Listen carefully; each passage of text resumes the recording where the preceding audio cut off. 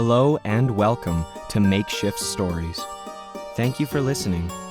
You can help us out by telling your friends about us or writing a review on your favorite podcast service. Now, open your imagination and take a journey into the improbable as you listen to Makeshift Stories 161, Ken Likeley, Accidental Interdimensional Drifter in The Tipping Point. It was shaping up to be one of those days. The kind of day where the bus was on time for once, so you missed it, and the new AI-powered checkout at the grocery store conspired to make the world just a little more irritating. A little more irritating than the normal level of irritation one would experience trying to be polite to the only remaining underpaid human grocery teller, who appeared to be working in slow motion the whole time you stood in a growing queue, staring at the 8 closed teller stations beside you. "But I didn't order it," Ken complained. He had lost his patience 40 minutes ago at number 120 in the support line queue for his favorite online shopping site. "Look, Mr. Likeley, we haven't shipped anything to you in 3 weeks. The customer satisfaction advisor calmly explained, with an accent Ken couldn't quite place, but hinted that the person on the other end of the line was a significant number of time zones away. "But the package is here on the table in front of me, and it's in one of your boxes." Really, Mr. Likeley, we are the largest online retailer in the world.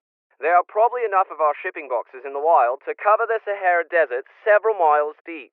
Disclaimer, we are not responsible for how our customers choose to dispose of our partially biodegradable packaging. If you look out your window, it's highly likely. The agent laughed at his pun. You'll see one of our boxes blowing down your street. Not our responsibility, of course, according to the end-user agreement. So, being in one of our boxes doesn't prove anything, unless you have an order number. Beyond our extremely limited liability around packaging materials, Mr. Likeley, you can understand why we can't accept something back that we didn't sell you in the first place. There was no ifs, ands, or buts about it in the agent's tone, which only infuriated Ken. "But I told you that it came in—" Thank you for calling, Mr. Likeley. We put our customers' satisfaction first.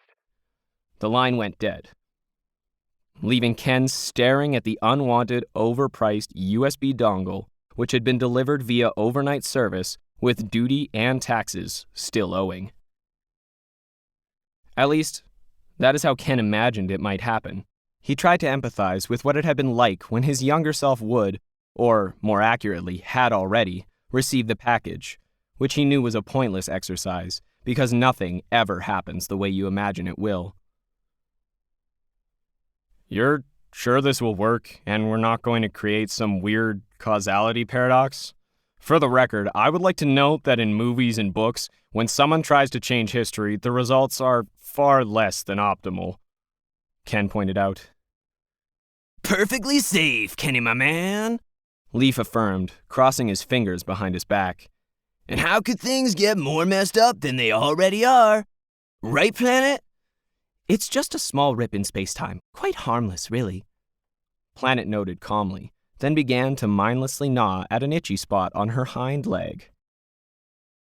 Ken stared at the thing, silently floating there, minding its own business just above his doorstep. He had always expected a rip in space-time to look, well, not so underwhelming. Shouldn't there be some blue shimmering or waviness in the air around it? Or some weird sound or something like that? Ken asked. "Only on celluloid, man. Those are groovy visual effects, but they're not real. Reality just ain't as hip as a cheap science fiction flick, Kenny, my man," Leaf tried to assure. "I don't agree. Some of those cheap movies are really good," Ken noted, sounding like a 6-year-old who had just been told the main character in his favorite TV show wasn't a superhero in real life. "Now you gotta drop that package through, Kenny, so the younger you finds it, just like we all agreed. And it's got to be you, man. As Planet explained, it's that causality mumbo-jumbo stuff. If she drops it through, she'll find it, not you. I know that sounds flaky, but younger you's gotta find it. I know it's a heavy trip, man, but only you have the karma. With a sigh, Ken gingerly approached the rip, hovering just above the cracked and broken concrete of his once perfect doorstep. Perfect before the tipping point, he reminded himself. Ken experimented a bit, then shoved the package through. There was a self-satisfied clunk on the other side. Then the air healed itself, almost catching his hand. Far out, man, that was close. That was the last dimensional ripper thingy Planet had. She had more? Ken asked, wiping his hands on his pants in case anything nasty had been clinging to the edge of the space-time rip. Now what? We'll boot up that old laptop of yours. The solar panels should have charged by now. And chill out with some herbal tea while we wait to connect. I hope younger you takes the bait. It'll be a real bummer if you don't get down with the program. I'm not a fish, Leaf. I don't eat bait. I have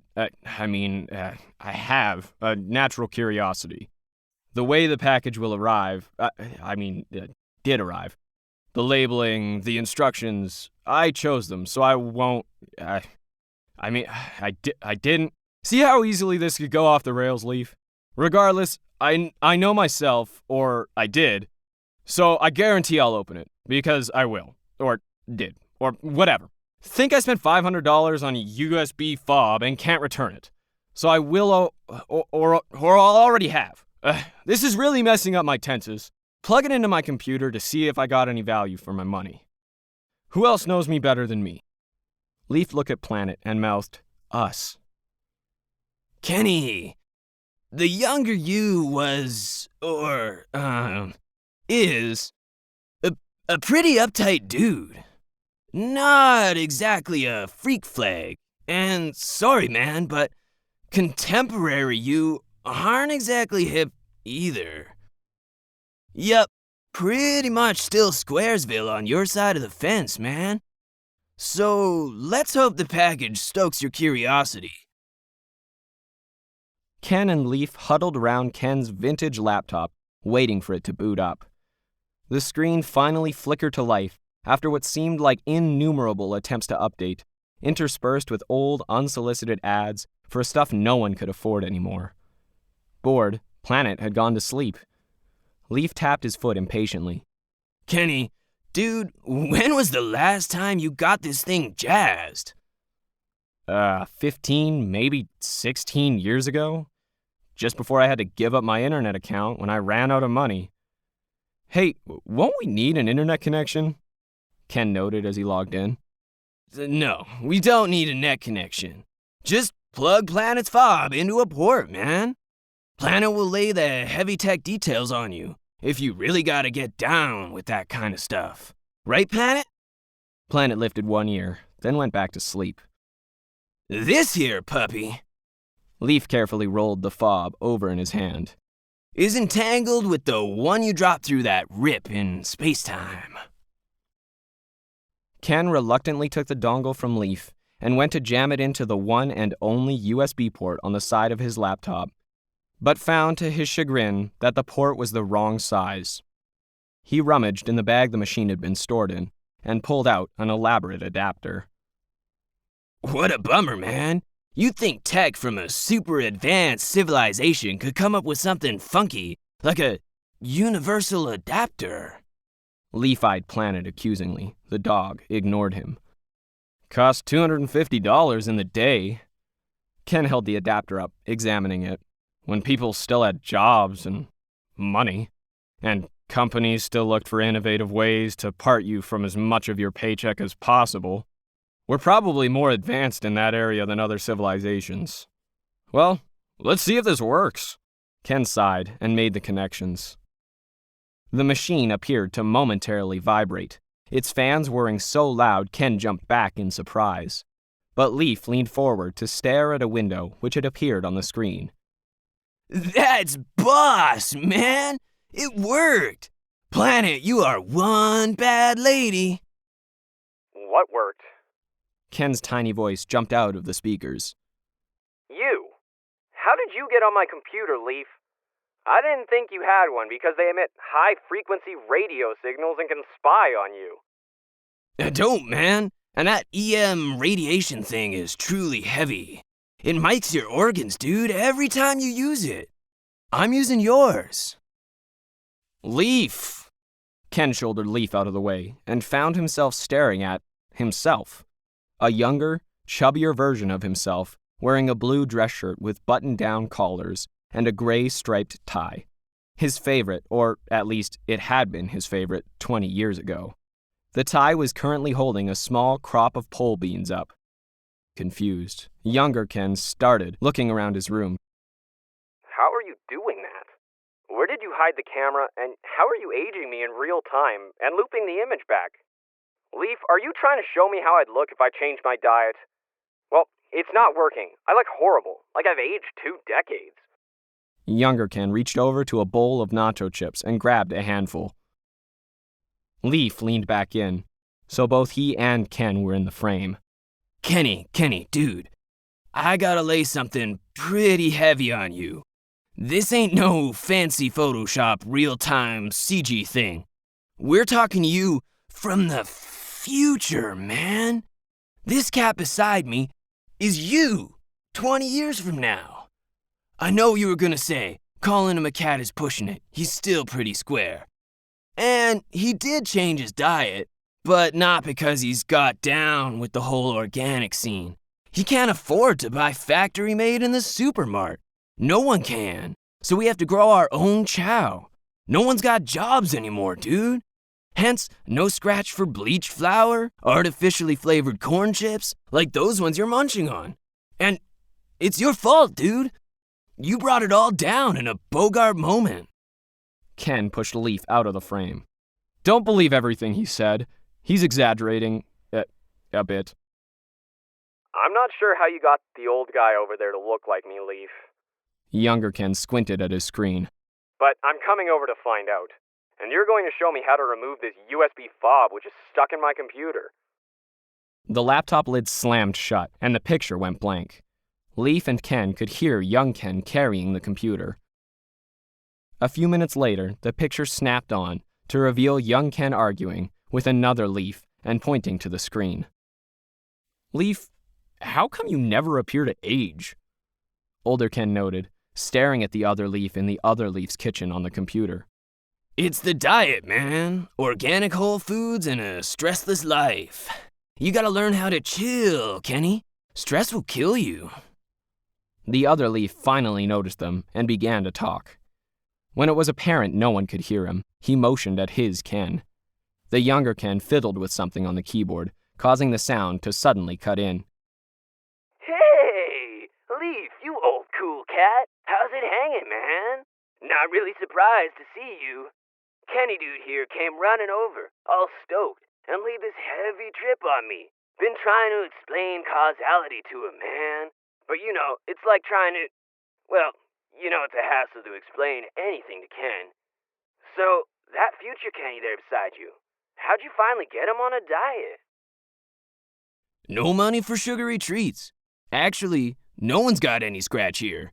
Look, man, I'd love to hang out with you all day, but the connection and the battery on this here cheap ancient machine ain't gonna last long. And we need to get young Kenny there to do something. Or, more accurately, not do something. So history won't go down the gnarly road we got at this end. You picking up what I'm laying down? Other Leaf nodded thoughtfully and said, Yeah, man. I could jaw with you for hours. It's not often you get to talk to someone so in tune with your soul. But, I know, the clock. Well, ciao, you cool, handsome dude. Other Leaf smiled, then leaned out of the frame and responded to a question Leaf and older Ken couldn't quite hear. Dude, I trust myself like no one else. So if future Ken and me say there's a gig they want you to do, don't flip out and go on some ego trip. Like the ad says, baby, just do it. Older Ken, with concern etched into the new wrinkles on his face, leaned forward and spoke into the laptop's tiny mic. Leaf, put younger me on. Young Ken's face filled the frame again, looking suspiciously into the camera. First, just because I'm talking to you doesn't mean I believe any of this is real. Second, I'm not committing to anything asked of me by some weird version of me I don't know. Younger Ken pointed out. Older Ken sighed. Was I always this stubborn? Both Leafs nodded, and Planet barked in agreement. Okay, I get it. Look, Ken, I'm gonna call you KL, so this doesn't get any more weird than it already is. Okay, KL, do you remember what happened at the Supermart checkout yesterday? How could I forget? Young Ken agreed. They've installed new self-checkouts with those digital assistants and laid off all the human tellers. I always avoided the things when I could. You know what a pain they are when something messes up. Item not placed in checkout area. Please call for assistant. Item not... Over and over until someone comes to reset the stupid thing. Only now there's no one to help. The digital assistant is supposed to figure it out. Like yesterday, KL? Older Kenny confirmed. Exactly. It's been doing irritating stuff since the obstinate thing was installed. It refused, just out and out, I am not going to do this, plain refused to give me my extra 5% club members discount because I hadn't scanned my loyalty points card before I started checking items out. When there were still human tellers, they might get a little snarky about it, but they'd still do it for you. Well, I finally got fed up and used that fancy new voice interface to set the stubborn thing straight. Young Ken leaned back in his seat with a self-satisfied grin. And that wasn't the first time you had a run-in with it, KL, Older Ken pointed out. We both know that. What I didn't know when I was you was the AI behind the system was building up a profile on us every time we checked out and complained. It determined you, us, whoever, are derogatory, unreasonable, and petty. What you don't realize is the system is about to reach a critical tipping point, and it's our profile it's looking at when it loses it. The AI behind the digital assistant was, and is, built around machine learning. It was intended to improve service by interacting with customers and changing its behavior. But apparently, the system ended up evolving in unexpected and unpredictable ways. Trust me, you'll want to go in tonight and apologize to it. What? Apologize to a dumb machine? Do I go crazy in the future? Young Ken laughed. I'd be careful about what I call it, KL. Remember, we had the Supermart Club Savers app installed on our phone. Your phone. It might have already started listening before the tipping point. We're not sure. Both of you are crazy, and I've got better things to do than play one of your pointedly obscure games, Leaf. However you're doing this. Good points for the execution, I'll give you that. Young Ken smirked, then started to close the laptop. Hey, wait, man, Leaf objected. This ain't just a machine, young Kenny, dude. This is the machine, man. It's the one that takes over the entire establishment, the entire world, dude. Everything. Driven by a hate-on for you. So, you gotta listen. Leaf added, desperation creeping into his voice. It's everywhere now. But we're off the grid here, of course, generating our own power, growing our own food. Remember, we're seeing this in life's rearview mirror. The AI, it named itself Ken with a C. That's an acronym for Clever Electronic Network. Not the most imaginative name, right? Anyway, it becomes obsessed with getting back at you and decides how it's gonna do it is like automate everything. Crazy, right? And I mean everything, dude.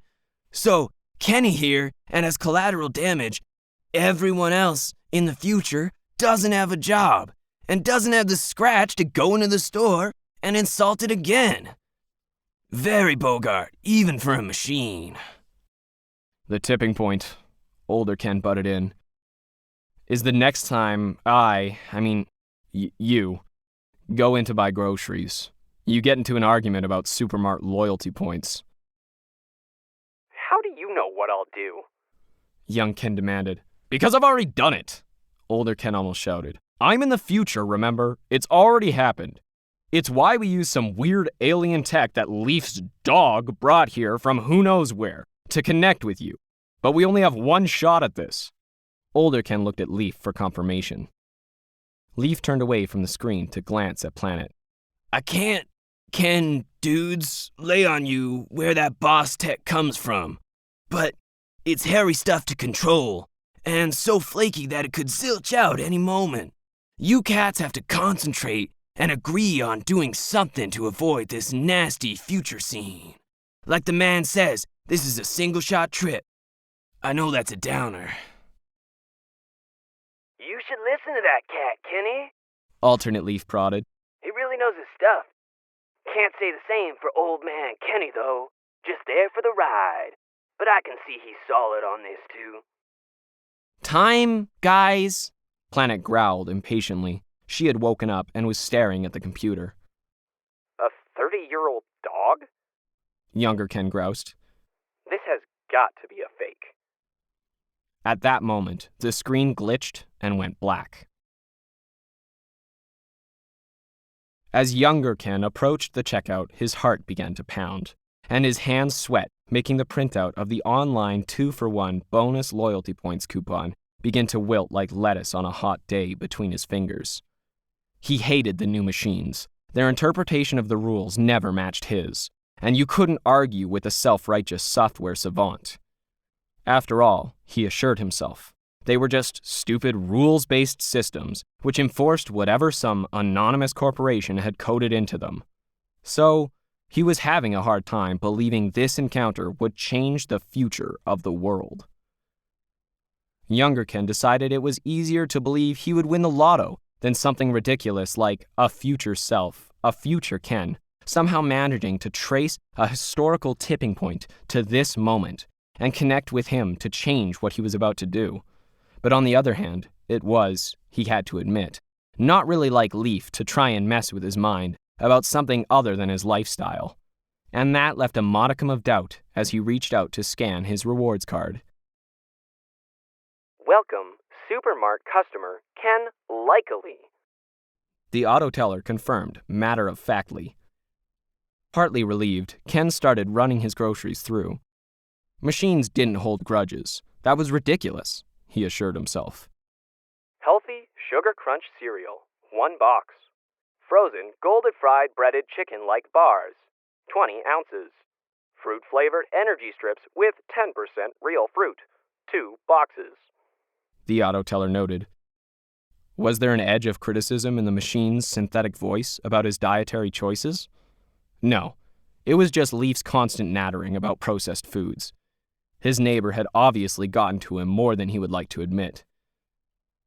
The auto teller waited for more input, then mechanically spat out, Please scan coupons, now. Ken's hands had stopped shaking. It was ridiculous. This machine could ever take over the world. It could barely even speak. He shoved the crumpled coupon under the barcode reader. The machine seemed to consider something for a few moments, then announced, Offer has expired. The coupon states it must be used before the middle of the month, and today is the 15th, and it's well before midnight. Ken replied, remembering the warning and being careful to sound calm and respectful, just in case. It was always better to play it safe. Mr. Likeley. The auto cashier replied, with a subtle hint of irritation in its tone. Your transaction records with this terminal indicate you have consistently pushed the deadline on coupon expiry dates. I am sorry, but this one has expired, and I am not going to grant you any leeway on this. The comment was unexpected and caught Ken off guard. It was so un-machine-like. Something in the back of his mind clicked, something about the tipping point, but it was quickly drowned by a maelstrom of frustration. The string of foul, vindictive expletives and threats simply circumvented his brain, escaping straight through his mouth. When he was finished, other shoppers were staring at him in disgust. The checkout machine sat there, a single dot flashing on its smug, self-righteous screen for what seemed like minutes, until the cursor began to move. It slowly typed out, "This month is February." Ken groaned. The checkout screen began to flicker. "Okay, I admit it, I'm wrong. I apologize." He screamed at the machine as it shut down. The other machines around him began to shut down too, followed by every electric appliance in the store. Suddenly, standing in the dark, Ken watched in disbelief through the store windows as streetlights went out and cars stopped in their tracks. Uh-oh.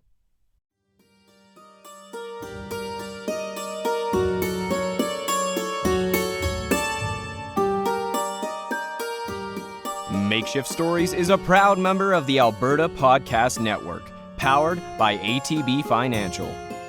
To listen to other great APN award-winning podcasts such as the Bothy Story Telling Podcast, please head over to albertapodcastnetwork.com. This episode was brought to you by Park Power, a provider of electricity and natural gas in Alberta that offers low rates, awesome service, and profit sharing with local charities. In Alberta, you get to choose who to buy your energy from. Park Power has low overhead, and chances are you'll save money if you switch. You can find out how much money you would save by visiting parkpower.ca and plugging your numbers into the Alberta Energy Savings Calculator. If you decide to switch, it's easy. Nothing changes about your service, only the price you pay. Learn more at parkpower.ca. Makeshift Stories is released twice a month around the 1st and the 15th. This month's story was written by Alan V. Hare and read by Mitchell Tew. Opening and closing theme, Magical Mystery by 8th Mode Music, is licensed from Audio Jungle on a mass music reproduction license. If you'd like to connect with us, please send an email to makeshiftstories@gmail.com or visit our website at makeshiftstories.com. Links to both are in the show notes. You can help us out by writing a review on Stitcher Radio or Apple Podcasts or any of your favorite podcast services. Makeshift Stories is released under a Creative Commons non-commercial attribution no derivative license, which means you are free to share our stories. Just remember to credit us and don't alter anything.